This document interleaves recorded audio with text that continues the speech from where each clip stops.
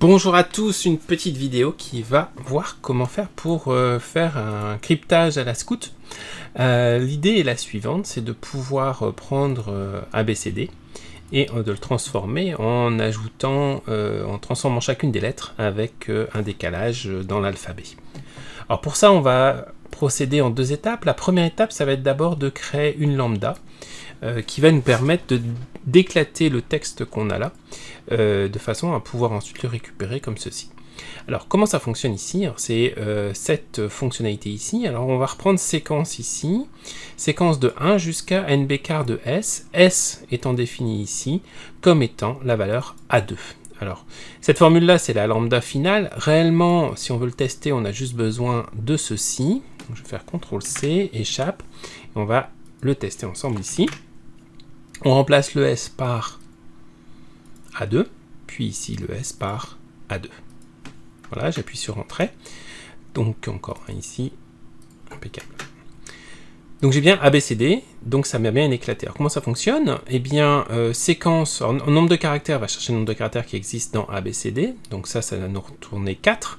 Séquence 1.4, on regarde ce que ça peut donner, égale séquence 1.4, et on voit que ça nous crée donc une séquence de une ligne, qui est le premier argument, et de 4 colonnes, 1, 2, 3, 4. Donc ça c'est la première étape. Puis on va reprendre la fonction stxt qui permet de renvoyer une chaîne de caractères à l'intérieur d'une autre chaîne de caractères. Donc la chaîne de caractères de départ, ça va être ABCD.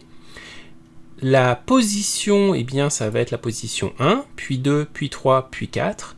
Et finalement, on veut reprendre qu'un seul caractère. Donc en l'occurrence, on va retourner qu'une seule fois la lettre, touche F9, A, B, C, D. Donc ça correspond bien à ce qu'on a. Le point indique que ça va être un saut de colonne en quelque sorte.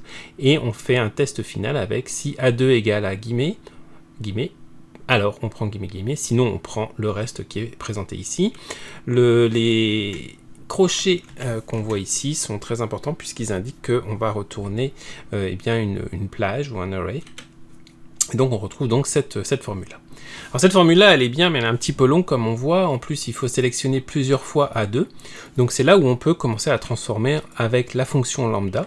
Alors si vous n'avez pas la fonction lambda, vous pouvez utiliser la fonction let, qui est disponible maintenant pour toutes les versions. Si vous avez déjà la fonction lambda, bien, vous pouvez l'utiliser comme ceci. Alors, on va d'abord faire let. Donc je vais reprendre la fonction elle-même. On va regarder comment let pourrait être utilisé ici. Je vais utiliser égal, let, parenthèse. Je vais définir le nom S, point virgule, je vais dire que c'est égal à A2, point virgule, je remets l'intégralité de la formule qu'on avait avant, et je n'ai plus qu'à remplacer les A2 qui sont ici par la valeur S. Vérifie que ça fonctionne bien. Parfait, on a exactement le même résultat. Le gros avantage, c'est que ici, au lieu de changer 3 fois la position, eh bien, on n'a plus qu'à le changer qu'une seule fois. Donc, par exemple, si je veux faire par rapport à A3 ici, que je tape quelque chose, accélérateur, et bien automatiquement, accélérateur est apparu ici. On va maintenant pouvoir faire la même chose, mais cette fois avec la fonction lambda. Alors, fonction lambda, c'est presque comme la fonction let, mais on va remplacer let par lambda comme ceci. Le S, on va le garder. Le A3, on va le mettre à la fin en ouvrant une parenthèse comme ceci. Je valide par entrée, je retrouve exactement le même résultat, donc ça marche très bien. On va maintenant procéder à la dernière étape, qui va être de créer une fonction. Alors, je l'avais déjà créée ici. Je l'ai appelée split string array A2. Et donc là, on va créer cette fonction lambda. En fait, la création d'une fonction lambda revient à créer un nom. On va donc aller prendre tout ceci sans le A3. Le A3, c'est les paramètres qu'on va rentrer. Le S, on va le garder là. CTRL-C, échappe.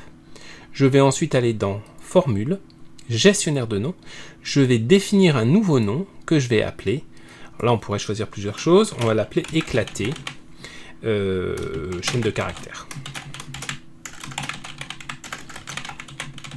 Voilà, je viens ici, je fais référence, je copie la formule, donc ça c'est très bien, et si je veux, je peux aussi rajouter un commentaire ici qui peut être très utile, donc par exemple le premier argument et la chaîne de caractères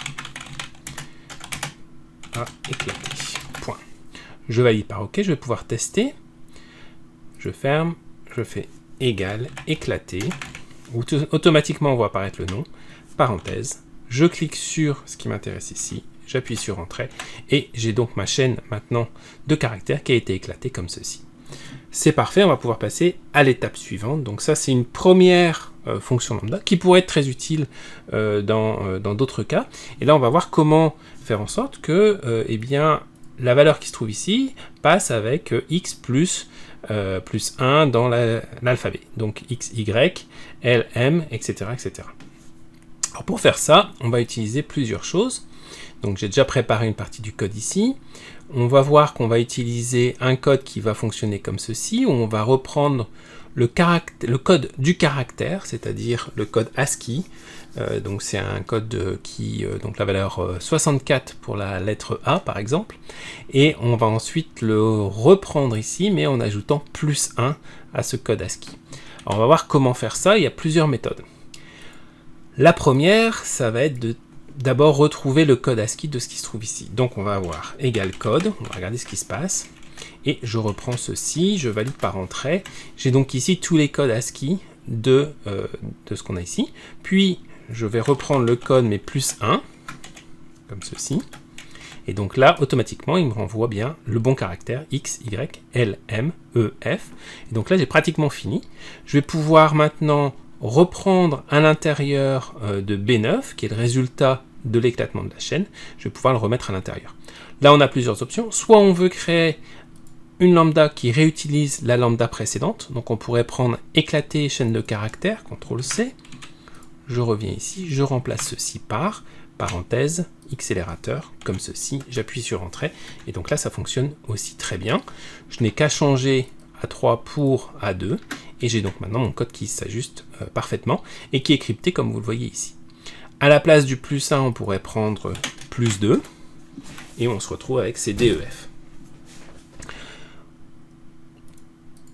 Je vais reprendre accélérateur, je vais mettre plus 6. Donc vous voyez que vous commencez à avoir des codes qui sont quasiment illisibles, et c'est exactement ce qu'on voulait avoir. Alors ce qui est très pratique, c'est qu'on peut faire la même chose mais en décodant. Donc il faut juste savoir que la clé d'ajout se trouve à partir de -6 ici. Et on prendrait non pas A3, mais on joindrait le texte de tout ceci. Donc ça donnerait quelque chose comme ceci. Je prends ceci, je prends faux pour inclure les cellules vides, on ne sait jamais, et je récupère l'ensemble du texte qui se trouve là. J'appuie sur Entrée et je retrouve donc accélérateur. Donc là, je prends X, je vais 6 lettres plus loin dans l'alphabet. Alors, quand il dépasse Z, eh bien, il y a d'autres caractères qui existent, et je reviens 6 lettres avant. On peut reprendre maintenant ceci, on peut éclater la formule en reprenant la manière dont la lambda éclatée chaîne de caractères a été créée. Donc je vais reprendre ici l'intégralité de ce qu'on avait mis, plus exactement ici, ce sera plus simple à gérer. Donc on a tout ceci, je reprends tout ça, alors à partir de ci, pardon, voilà, impeccable, CTRL-C, échappe, je reviens ici. On va remplacer ça par ceci, puisque A3 correspond à la chaîne de caractères S. Voilà. Et on va rajouter le lambda. Lambda S, point virgule, A3, point virgule, le reste qu'on a ici. Alors en général, je me trompe sur une parenthèse. On va voir si tout est correct. Ça a l'air d'être pas mal. Je ferme la parenthèse ici du lambda, j'ouvre, je vais récupérer ceci, voilà. Donc là j'ai fait une petite erreur, j'avais encore let en tête. Donc quand on fait une lambda, la variable qui est ici est définie à l'intérieur des parenthèses à la fin. On va voir si ça fonctionne bien, ça a l'air d'avoir extrêmement bien fonctionné, parfait. J'ai plus qu'à remplacer tout ceci par une lambda qui va être une clé de cryptage, CTRL-C, échappe, je reviens dans formule, gestionnaire de nom, nouveau, je vais appeler ça cryptage, je valide, donc je tape égal, comme ceci, je valide par OK, je fais OK encore, on va voir si tout fonctionne bien, égal, cryptage 2, parenthèse, accélérateur, j'appuie sur Entrée, c'est très très bien, ça a bien fonctionné. Alors maintenant on pourrait se dire, tiens c'est bien, mais si je veux crypter à l'inverse, comment je peux faire? Eh bien on voit que la différence entre la clé de décryptage, en fait, ça va être simplement de remplacer ici par -6. Donc on pourrait rentrer le paramètre 6 comme un des paramètres de la fonction lambda. Donc on va faire ça ensemble tout de suite. Je vais reprendre la fonction lambda ici. Le 6, je vais le rentrer comme paramètre. Donc je vais avoir ici point virgule, on pourrait l'appeler P par exemple. Alors, le choix des paramètres, et mon ami Dominique, s'il m'écoute, il va rigoler. On peut soit prendre un paramètre qui s'appelle PS, etc., ce qui simplifie la longueur de la formule, ou alors on pourrait être très très précis, comme par exemple I pour dire que c'est un entier, paramètre, décalage dans alphabet par exemple. Ou alors on garde que P. Voilà, donc là c'est plus une question de style.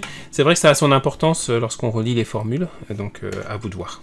Je mets P ici, je remplace ici .6. Tout devrait fonctionner exactement pareil, impeccable. Je reprends ma lambda ici, CTRL-C, et je vais changer ma clé de cryptage. Donc, enfin la formule de cryptage. Je reviens ici sur cryptage, je fais CTRL-V, donc vous voyez que j'ai ma nouvelle formule, je ferme. On devrait avoir une erreur ici puisqu'on n'a pas rempli le paramètre, mais si maintenant je mets .6, eh bien je retrouve la même chose. Et là ce qui est intéressant bien sûr, c'est que je peux mettre .5. Et si je veux décrypter, je peux refaire la même chose que tout à l'heure. Donc on peut reprendre donc le joindre texte ici. J'ai pas besoin de tout ceci, je vais simplement reprendre cryptage. Voilà, de tout ça, moins. Donc comme ceci, impeccable. Donc cryptage, on va s'arrêter là, point virgule, et on va prendre -6, ça devrait fonctionner, et je retombe bien sur accélérateur. Voilà, donc une belle démonstration, en tout cas j'espère que ça va vous plaire, de l'utilisation de la fonction lambda, qui nous a permis de créer une clé de cryptage, qui nous permet d'éclater ceci. Alors on peut aller, dernière étape, reprendre tout ensemble, hein, puisqu'on a pris ici joindre texte, donc on va rejoindre tout ceci, on va encore modifier une fois la lambda, donc lambda sp, et ici on va utiliser joindre, point texte. Alors il ne faut pas se tromper, on démarre par le délimiteur, donc là on va tout remettre sans rien, on va faire faux pour inclure les lignes vides, en théorie il n'y en a pas, et on va se mettre avant le début des paramètres, ça c'est un piège assez classique, on se met bien ici, voilà, j'appuie sur Entrée, j'ai donc bien mon accélérateur qui a été crypté, ce qui me simplifie évidemment ma clé de décodage, puisque je peux aller directement faire référence à ceci, parfait. Ça va être très bien.